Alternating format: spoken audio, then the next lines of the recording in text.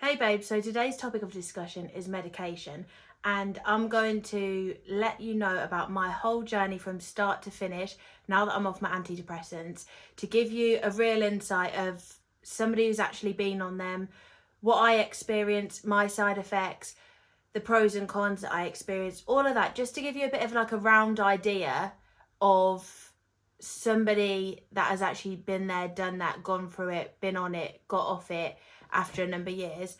And hopefully that will help you if you're in a predicament like I once was, of no way am I taking that, no way, I can't do that, I've heard all about them, no way. I'm Georgia, and I use my own mental health experience to help you to better yours, to improve yours, to help you to find your happiness, your confidence, and all of the good in between. I post lots across TikTok and Insta as well, so if I can work out the tech behind it, I'll pop them there, so make sure you follow me over there. It is the same as this, Be Kind Babe, and also Miss GLS is my fashion account.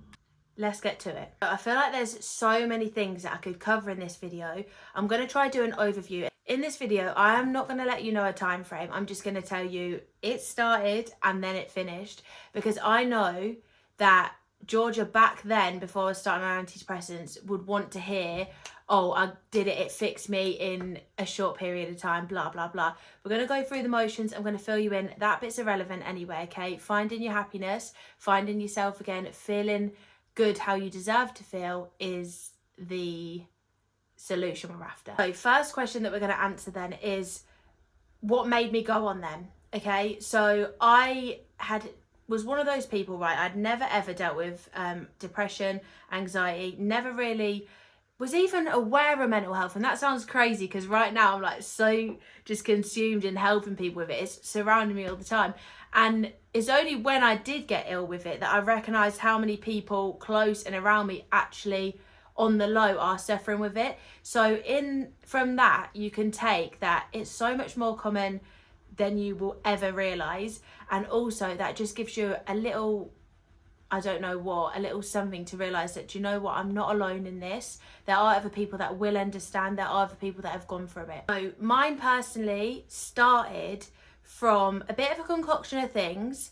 The main one would be that I dealt with my first ever family loss, like not my first ever, but my first ever real close one, which was my granny, and that hit hard. But I think the thing what hit worse was the fact that I didn't deal with the grief. I just tucked it down because I was in year 2 at uni. I'm sure it was year 2, and I was in sort of like my exam period, and I just wanted to do really, really well because I'd put an extra pressure on myself because I was the first one from that side of the family to go to uni. I was like, yeah, I've got to do this, I've got so much to prove, blah blah blah. 70 miles roughly door to door, from uni to the hospital, then back. Each time there was a scare, and each time sort of like my granny was going through stuff, and there was a 6-month period, I think 5 months it felt like years, of her just really deteriorating quick. And I was sort of dealing with it there and then, being around my family and dealing with her being poorly, and then going up to uni, putting my head in uni and completely trying to block that out and push it down. And when I think back, I could feel it rising. I could feel the anxiousness creeping up, but I didn't have a clue what it was. So we're talking about October sort of time now, and I remember because it was my auntie's birthday, and I'd come back to Peterborough for like a family party or whatever. And that was when me and mum, honestly, the biggest blessing here, and I don't want you to feel a type of way if you don't have this figure, but my mum, she was top dog in this whole situation. I mean, honestly, like, you know when people say someone's your rock? Yeah, mister, she was mine for sure. She was like, George, you're not well. And I knew I wasn't well, but being told it, although it weren't nice to hear, I needed that, you know. And doing the mum thing that she did, she's like, you're not going back to uni, I can see you're poorly, you're getting worse every time you come down type thing, we're going to sort this out, blah blah blah. So from there, I didn't go back to uni, and I was like, I need to get back. My only focus was that I need to get back to uni. As you can tell, this is a bit of a story time with the goodness in between, okay? But I want you to hear someone's proper story, the emotions I was feeling and stuff like that, because you might be able to relate to them. So I want to make this video so I can keep referring back to this when I'm talking and giving you more how to do videos, you know. Completely forgot the main part of the story really when it comes to my grief journey. I think the most traumatic experience was the fact that both me and my dad on New Year, I'm sure it was New Year's Day, 1st of Jan, found my granny. We literally went to get some fish and chips to bring her back some lunch. And when we came back, we found her in the doorway. She'd fell over and she'd had a stroke at the same time. And then dealing with all of that, and then watching her health deteriorate for the 5 months and having to close it down, going back up to uni, I feel like ignoring all of that and that trauma that had just gone on, do not recommend, do not ignore that, do not ignore any shit, okay? So yeah, I'm very, very blessed that I've got amazing parents, and my mum for sure, she was the one that was like, no, George, we need to fix you. Me, little miss stubborn ass sometimes, okay? I was like, no, I've got uni, I've got to go do uni, blah, blah, blah. Then when I'd realised that actually I was just, not in a good place, things that made me realise I wasn't in a good place was I was waking up crying. Not waking up crying. When I was awake, one of the first things I would do is constantly crying on the day. Sundays, oh my gosh. Every Sunday would be such an emotional, stressy one, a Sunday evening, because Monday was coming and I had to have everything sorted by Monday. I had to be on it with uni, attending lectures, seminars, smiling, being my bubbly self, and putting so much pressure on myself to show up as the person that I know myself to be. The truth is, that person that I knew myself to be, I wasn't feeling that. My head was feeling completely overwhelmed, completely full, completely clouded, fuzzy, I felt like a walking shell. Like I felt like there was nothing in me, but like this sadness just consumed my whole body. I feel like that's the best way to explain it. And even like things that wouldn't stress me out normally were stressing me out. Socialising and getting together with people, I'd be like, yeah, I'll do this with some of the girls at uni. And then I was like, no, not doing it. I remember a Halloween party I'd gone to. I have never felt so out of place in my life, because I just was not feeling myself at all. The anxiety was riddled around my body, but I didn't understand it. It was real heavy and physical at that point, like a real tight chest. I used to explain, it felt like there was like a rock in my chest, like it was just real strange, a rock like sitting on my chest as well. That's another way that I used to explain it. And the first type of feelings that I had when I noticed things were starting to not feel good. One thing you can take from this, right, is you know yourself, yeah? You know who you've got, your idea, and you know who you are inside in your head and how you normally feel on a day-to-day. And it's more than normal to feel stressed, overwhelmed, sad, a little anxious from time to time, nervous, down, annoyed, fuming, whatever. But when those feelings, those lower emotions are persistent, that's when you need to start checking with yourself, you know.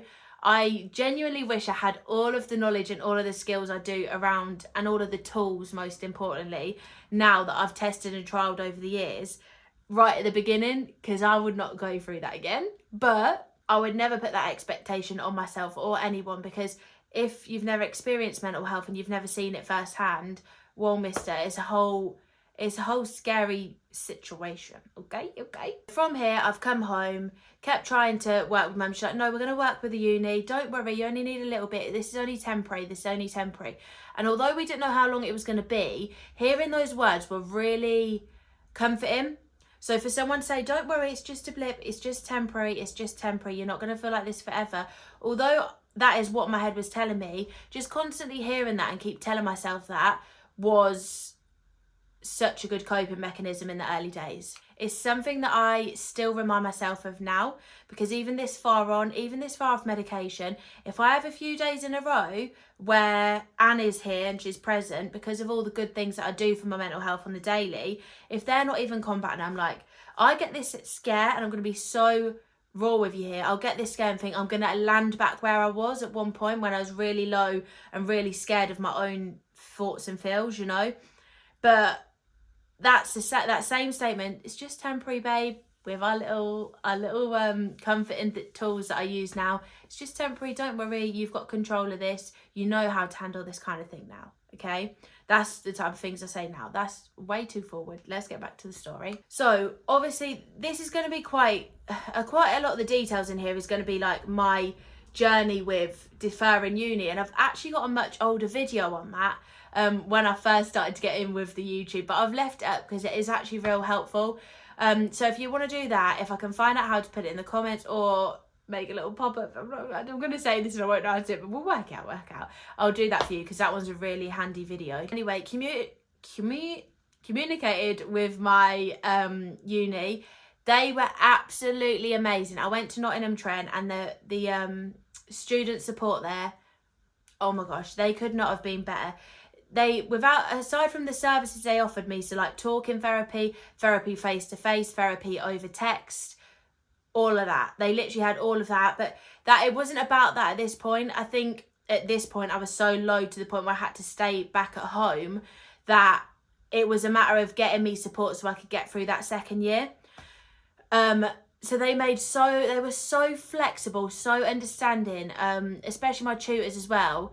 And the way that they were is they didn't even have that much info to go from, because obviously my mum helped me communicate to them and stuff like that, and it was very much over email. I did have one phone call with my tutor who I had such a good relationship with, and he was so kind anyway. So although I was super anxious and I did just cry to him, it gave me peace of mind, you know. I'm not going to go too much into uni, but I just want to highlight the big steps that got me to where I was before I got on the medication. Fast forward a little bit then. So I finally made the decision, yeah, I'm going for a year 2 at home, and then we'd finish year 2, and then I decided to defer the final year. So I had a gap year at home so I could focus on looking after my mental health. Hardest decision of my life at the time. Felt like the end of the world. But shit had got real. I was not healthy. I was not feeling good. I was not feeling happy. Every day was tears. Every day was, I just want to sleep the whole day so I don't have to feel like this. It became worse to the point where, I don't want to trigger anyone saying this. I'm trying to keep like a bit of an uplifting tone, but this is just the real of it. Yes, you understand where I was. Truth is, I wish I'd started the medication earlier, and that's just a personal belief really. But I got to the point where my thoughts were actually getting real scary. So not to go into it too deep, because don't want to trigger any of you. I want to always uplift all of you. But I was getting to the point where crazily, my brain, the thoughts in my brain at the time when I was feeling really low, tried to dare convince me that I didn't belong here and it was time to depart. We're not departing anywhere. I'm a great guy, right? So that was where I was. Anyways, that was where I was like, shit me, I'm screwed. I'm real screwed. Let me get to the docs, right? I've done another video. I'll do another video if you need help on that, on what to say with the doctors. There is a short one on my TikTok, which is pinned, okay, at Be Kind Babe. Go have a look at that if you want to know what to do and say in the doctors. So fast forward, I've got this prescription, okay? I've finally decided, yeah, I need medication. Because I was so low at that point, I needed something to feel like I was doing something straight away. Prior to this, I had tried therapy, which I absolutely loved, but I did only get 6 weeks free with the family and friends therapy that you could get through my mum's work. So that was 6 sessions, 1 a week. I felt like I needed to see the lady a good few times a week for however long, you know. So that short, sharp thing, and therapy is on the expensive side, and at the time just weren't able to fund that. So I said, do you know what, let me just try. Even though I weren't happy about it, I had all these scary stories. Oh, once you're on that medication, you're never getting off it. Oh, don't do that, blah, blah, blah, blah. It's going to make you worse, blah, blah, blah, blah. How I have sort of seen antidepressant medication, right, is sort of like, if you're a female, you understand the contraceptive pill, as in it's not always the first one that's going to work with you or for you. I'm not going to advise anything on what you should take, what you should do, and I'm not even going to advise you to take medication. I'm just telling you my story so that you can use this to help you make your informed decision off the back of all the information you collect, okay? I only heard scare stories and horror stories and stuff like that, and then I still did it, and it wasn't what necessarily what everyone had said, because hello, I'm over here, I'm alive, and I'm off them, and I don't have depression anymore. So, but on the anti-Ds, again, not going to mention which one because I don't want that to steer your, like, which way you go, or if you try and request one, because I've done it because it's irrelevant which one. The doctor will know by what you tell them, how you're feeling, which one will start to suit you best, okay? I would say I started to feel it maybe after about 2 weeks, maybe between 2 and 3 week mark. Okay, so you have to be patient. You have to be open-minded, as I always say to you in my little trio, 3 of a kind. Being open-minded whilst being kind to yourself as well. After this, I would definitely stay in communication with your nurses and doctors, because that's how they know about these medications and they'll help you. For me, we increased a little bit straight away just to get that actual boost. And then, yeah, I could really start to notice some changes in myself. One thing that I think would have halved my journey in half, halved my journey in half. Yeah, we'll go with that. Okay, half my journey in half, that's not the right sentence, but anyways, is if I had done all of the other Butte tools that I use now, then while I was on the medication, because I feel like with medication, you can't just rely on that to fix you if you want to get off. Yeah, if you want to stay on them forever, which let me tell you, if you need a medication forever, right, to keep you feeling happy, to keep you feeling settled, to keep you feeling good how you deserve, then so be it, okay? There's not this massive rush. There's always seems to be, when I speak to people, a rush about getting off them. Hurry up, I've got to get off them. And whilst you're focusing on hurry up and getting off them and putting pressure on yourself, you're not focusing on the good, which is healing and finding ways that make you happy. In the beginning, and throughout the first period of time, I feel like that was something that I did think, oh, like, I can't believe like how long this is taking. Oh, I need to just hurry up and get off them. This isn't normal, blah, blah, blah. All of those opinions that I'd heard from the scare stories, I'd consumed into one and kept putting that pressure on myself. Now that's doing nothing for your mental health. That's doing nothing for your anxiety and nothing for your depression. So we're not going to do that. Instead, the mindset changer that we're going to use is, at the moment, I'm using this medication to support me. I'm using this medication to help me to find my happiness again, along with other things, because I deserve happiness, okay? Simple as that. No other bollocks, no other crap in your ear roll. That's all I want you to tell yourself. No rush. There's no rush, because whilst you're rushing, you're not focusing on the biggest issue here, or the biggest thing here that you want a solution for, which is taking care of yourself. The time period that I was on them, it increased and decreased. I did go up, I did go down. What you to do, right, if you're making a decision about going on medication, I want you to just think, do I need this right now to help me? Don't worry about anyone else's opinion, okay? Everyone else has got scare stories, and it's just about working with yourself instead of against yourself, okay? I did have worries that I was going to be on them forever, that I was going to be on them for life, but you know what? If you do want to get off them in the end, that's absolutely fine. Have faith in yourself, and you'll be able to do anything you put your mind to anyway, so we ain't even got to worry about that. Touch on the side effects then that I experienced. So whilst I was on them, my body temperature completely changed. Luckily, the first antidepressant that I did take is the one that I stuck with throughout my journey on them. I didn't actually need to change, because the side effects that I received weren't horrendous. One of the main ones, right, was body temperature. Now, I'm quite young, so I don't know what the menopause feels like yet, but if it's going to feel like anything, it was sure that. Before, right, had a cold body. I always call myself a cold body babe, because my toes and my fingers were always freezing. Obviously in the summer, not so bad, but like I was always chilly, like wrapping up. Whew, when I tell you, like, I've got the funniest story, but I'm with my bestie, right, I'd always do like a hair and makeup. Not so much now, she's becoming a little pro, but I used to, every time we'd go out, it was New Year's Eve, yeah, and I was doing a hair, doing a makeup. It was a makeup that I was doing that she'd realised. It was freezing. I had all the bedroom windows open. I had no clothes on. Me and my bestie have got like a very like, just nothing. We don't hide anything from each other. I just got out of the shower. I was dripping. I mean, I got out of the shower, so I was clean. I was like fresh pits and bits and all that. But girls and everyone else. I'm just gonna have to say girls and everyone else, because girls is like my filler words. Like, honestly, my bestie was like, George, you're dripping off my face. I'm trying to do like her eyes and lean on her face, and my hand's just like this. Absolutely slaughtering. One little tip that I use to help that is obviously a fan. But my mum got me 100% cotton sheet, and you know, like when you go on a holiday abroad and they have those white sheets, it's really cooling. one of them bad boys. Whoo, that does the trick. That does really help. But I'd wake up, it's like I piss myself, be absolutely soaking in my bed. Again, it's not the worst side effect in the world. And I used to just tell myself if that ever did get me down, it didn't really, but the 1 or 2 times that I did feel like, ugh, really, is this worth it?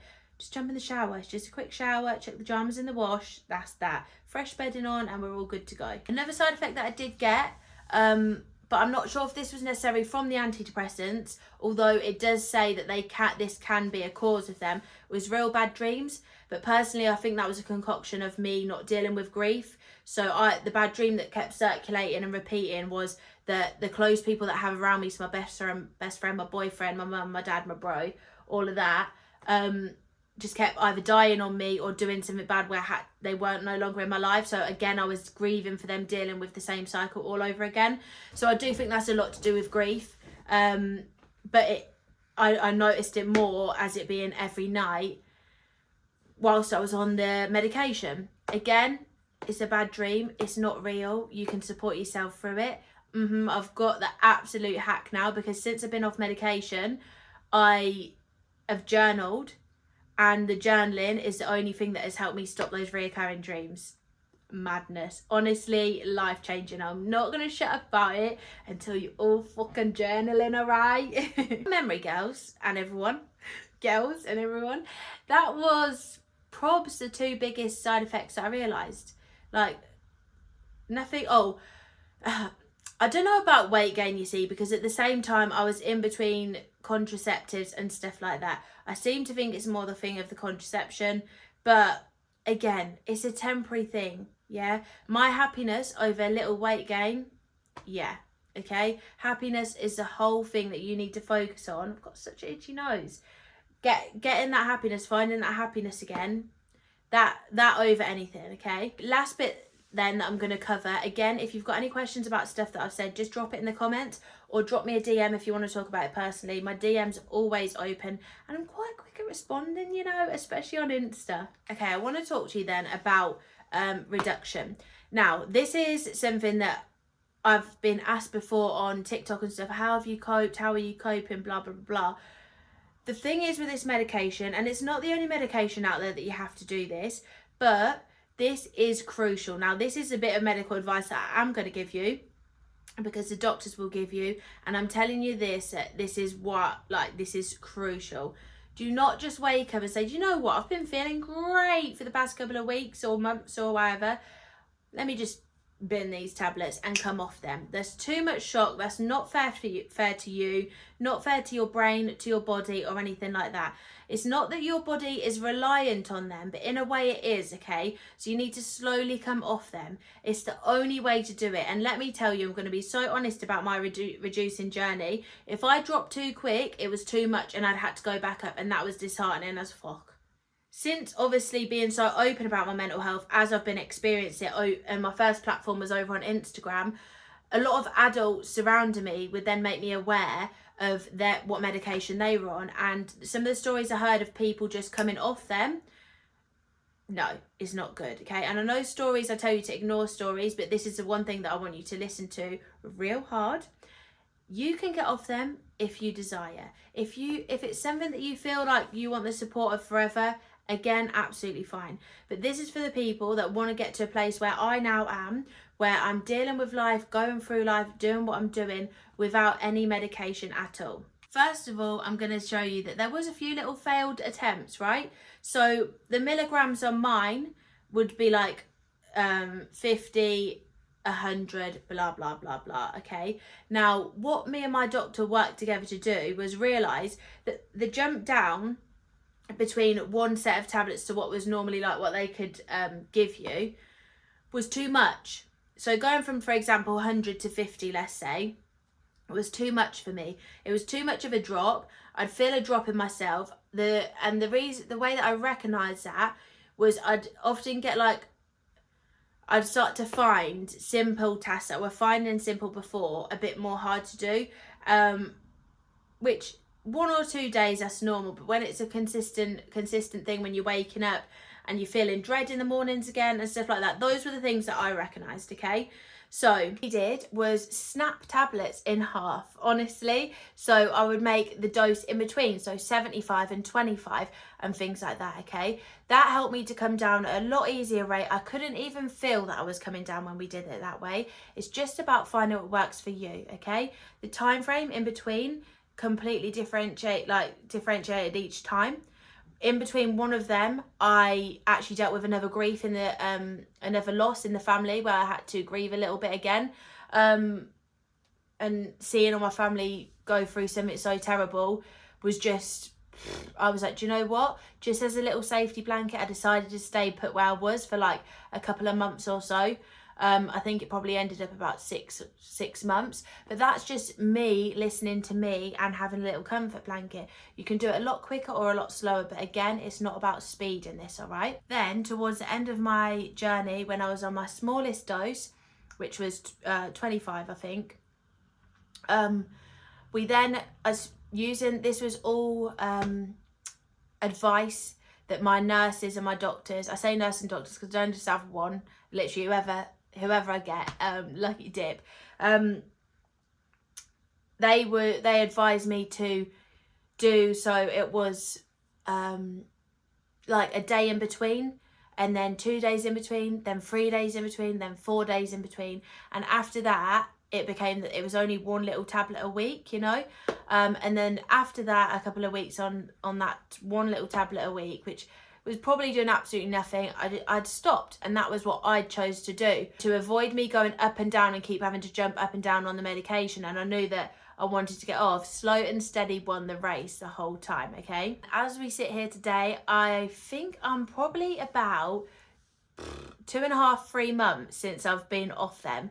And you know what, because I'm using my other tools, such as my meditation, my journaling and things like that, and I've inputted them as daily habits, I'm so damn proud of myself, because even though I knew that was time, it's scary. Of course it's scary to come off something that you've relied on and that got you away from such a dark place, because I don't want to go back to that dark place, and that is a fearful place. However, I have absolutely every faith that I know everything, I know myself well enough, and I know what to do, and I've recognised the signs, and you would recognise the signs anyway. Okay, so you're not going to end up right back down in the hell, because you've got so much more knowledge, so much more understanding of yourself now anyway. Okay, that's a bit of an insight then to my journey with my medication. Again, I'm a complete advocate for it. I don't think the scare stories are fair.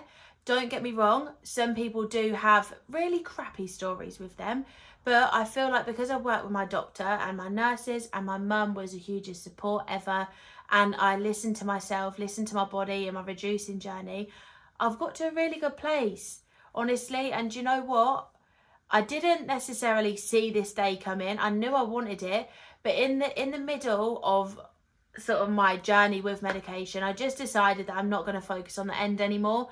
I'm going to focus on one day at a time, because that's all that I can control. That's all that matters. And actually being happy today is like the focus of today. I don't need to worry about being happy in 2 weeks, because we got no control over that, you know. I'll focus in 2 weeks time on that day about being happy. So yeah, just focus on today. That's it. I always use that technique, especially if I get any form of feeling overwhelmed.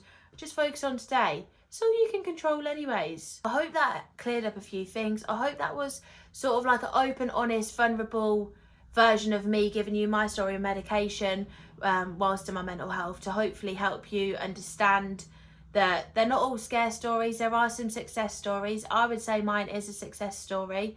And yeah, hopefully that helps just one of you. Please, if you have any questions, again, I'm not going to advise you to go on them. I'm not going to advise you to not go on them. I'm not going to advise you of any sort of medical queries or questions, because your girl's not a doctor, okay? I just wanted this to be a video based on my experience, to be a more positive story in and amongst those scare stories that you've probably heard. Your mental health is today. I'm sending you so much love, so much strength, even though you've got buckets of it within you.